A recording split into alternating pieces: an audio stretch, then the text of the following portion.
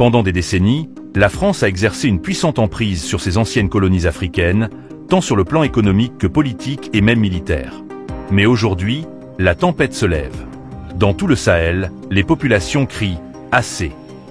Au Mali, au Burkina Faso et au Niger, une vague de protestations et de coups d'État militaires a ébranlé les fondements de l'influence française. Des troupes françaises sont expulsées, des ambassadeurs sont renvoyés chez eux et de nouvelles alliances se forment. La question est, pourquoi maintenant? Qu'est-ce qui a déclenché ce changement radical? Et est-ce vraiment la fin du néocolonialisme français en Afrique de l'Ouest? Ces pays retrouveront-ils la stabilité et l'indépendance, ou de nouvelles puissances prendront-elles le relais? Aujourd'hui, sur Afrique révélée, nous plongeons au cœur de la chute de l'influence française au Sahel. Des racines du contrôle colonial à la lutte moderne pour l'autodétermination, nous découvrirons les forces qui façonnent ce tournant historique. Suivez-nous pour tout décortiquer.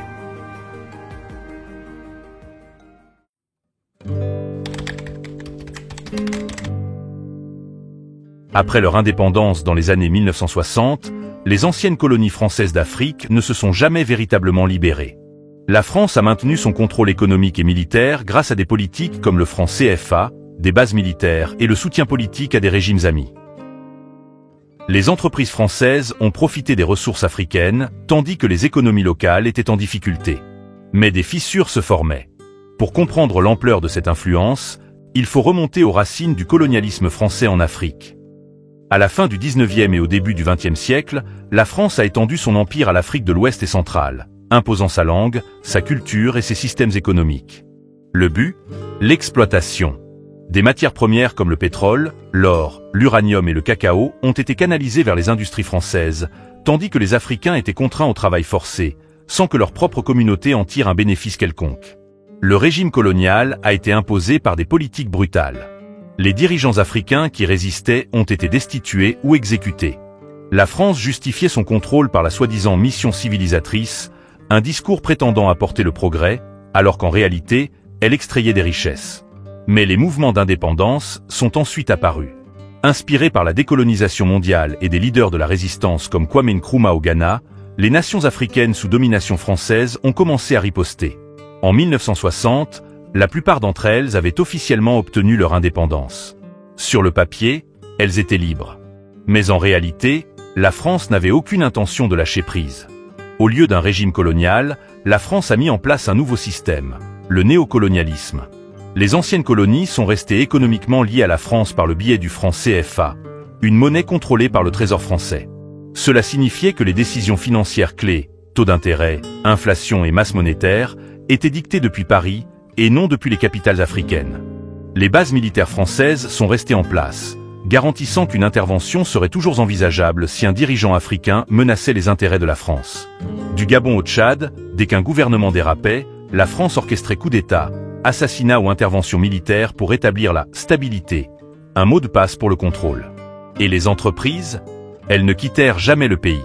Les entreprises françaises contrôlaient des secteurs clés, Total dans le pétrole, Bolloré dans la logistique, Areva dans l'uranium. Elles extrayaient des ressources, payaient peu d'impôts et assuraient le retour des bénéfices en France, laissant les économies africaines dépendantes et sous-développées. Mais à la fin du XXe siècle, la résistance grandissait. Les dirigeants et militants africains commençaient à remettre en cause le système. Des protestations éclatèrent. De nouvelles alliances se formèrent. Et les populations? Elles commencèrent à exiger une véritable souveraineté. Des fissures se creusaient dans l'emprise de la France sur l'Afrique. Et comme nous le verrons dans le chapitre suivant, ces fissures ne feraient que s'aggraver. Au XXIe siècle, la jeunesse africaine, les chefs militaires et la société civile réclament une véritable souveraineté. L'échec de l'opération Barkhane, une intervention militaire française pour combattre les insurrections djihadistes, n'a fait qu'attiser la situation. Nombreux sont ceux qui ont vu une nouvelle tentative de contrôle des affaires africaines plutôt qu'un véritable effort pour instaurer la sécurité. Pendant des décennies, la France a maintenu sa présence en Afrique de l'Ouest et en Afrique centrale sous couvert de stabilité. Mais au lieu de la paix, des pays comme le Mali, le Burkina Faso et le Niger ont été confrontés à une aggravation de la violence. Les insurrections djihadistes se sont propagées, la corruption a prospéré et les économies locales se sont effondrées. On a commencé à se demander, si la France était là pour aider, pourquoi la situation empirait-elle? C'est alors qu'est arrivé le point de bascule, les prises de pouvoir militaires. Frustrés par l'inefficacité des gouvernements civils et l'ingérence étrangère, les chefs militaires ont pris le pouvoir.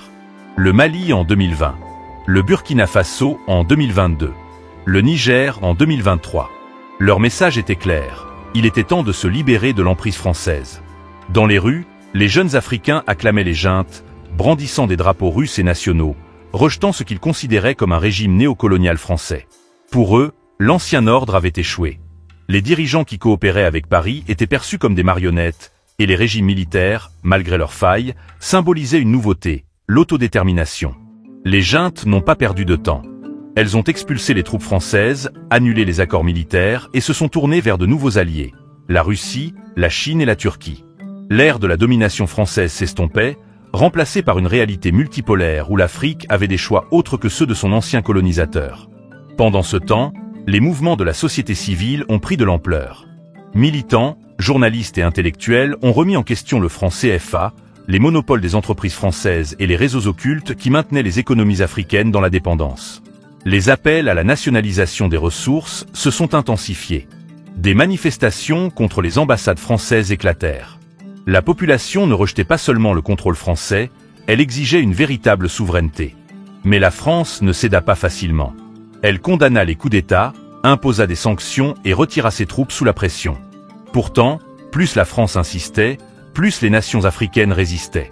Les vieilles stratégies d'intervention et de levier économique ne fonctionnaient plus. Le message était clair, l'Afrique était en pleine mutation. Une nouvelle vague de résistance déferlait sur le continent, remettant en cause des siècles de contrôle étranger. La question n'était plus de savoir si la France allait perdre son emprise, mais jusqu'où les nations africaines étaient prêtes à aller pour reconquérir leur indépendance.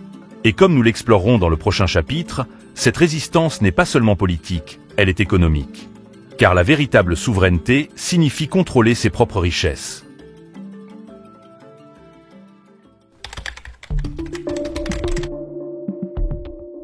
La période 2021 à 2023 a marqué un tournant. Des coups d'État militaires au Mali, au Burkina Faso et au Niger ont entraîné l'expulsion des troupes et des ambassadeurs français. Au Niger, des milliers de personnes sont descendues dans la rue, brandissant des drapeaux russes et nationaux, rejetant catégoriquement la France. Les juntes ont réclamé l'autodétermination économique, prônant la sortie du système du franc CFA et la création de nouvelles alliances avec la Russie, la Chine et la Turquie. Pendant des décennies, la dépendance économique et militaire de l'Afrique de l'Ouest envers la France est restée incontestée. Le franc CFA, monnaie liée au trésor français, symbolisait à la fois la stabilité et l'assujettissement. Mais la population était devenue agitée. La montée du chômage des jeunes, la détérioration de la sécurité et la défiance croissante envers l'intervention occidentale ont créé un terreau fertile pour le changement. Puis est arrivé le point de bascule. D'abord, le Mali en 2021. L'armée, sous le commandement du colonel Assimi Goïta, a pris le pouvoir, invoquant la corruption et l'inefficacité. Les efforts antiterroristes de la France furent jugés inefficaces, et rapidement, les troupes françaises reçurent l'ordre de se retirer. Le Burkina Faso suivit en 2022, reprenant la position du Mali. Puis, en 2023, le coup d'État au Niger scella le moment de la sécession. À chaque rupture de relations entre les deux pays, le mouvement prit de l'ampleur. Des manifestations anti-françaises éclatèrent dans les grandes villes. Les nouveaux dirigeants y virent l'occasion de redéfinir l'avenir de leur nation, réclamant la souveraineté dans tous les sens du terme, militairement, politiquement et économiquement. La présence russe dans la région s'intensifia. Le groupe Wagner, une organisation militaire privée, remplaça les forces françaises au Mali, promettant sécurité et soutien. La Chine et la Turquie étendirent leurs partenariats économiques, investissant dans des projets d'infrastructure et d'énergie. L'Occident observa avec inquiétude l'évolution du paysage géopolitique africain. La prochaine initiative audacieuse des juntes, l'abandon proposé du franc CFA. Cette monnaie, longtemps contrôlée par la France, dictait la politique économique de 14 pays africains. La sécession signifiait une véritable indépendance financière, mais aussi des risques. Ces pays pourraient-ils créer une alternative stable?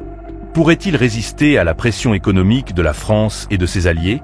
Le monde devait être attentif. Il ne s'agissait pas seulement de coups d'État, mais d'une nouvelle ère d'autodétermination en Afrique de l'Ouest. La question n'était plus de savoir si la région allait changer, mais jusqu'où elle irait pour reconquérir son autonomie. Le moment de la sécession a commencé. Mais est-ce l'aube d'une véritable indépendance ou le début d'une nouvelle série de défis? Le monde entier observe.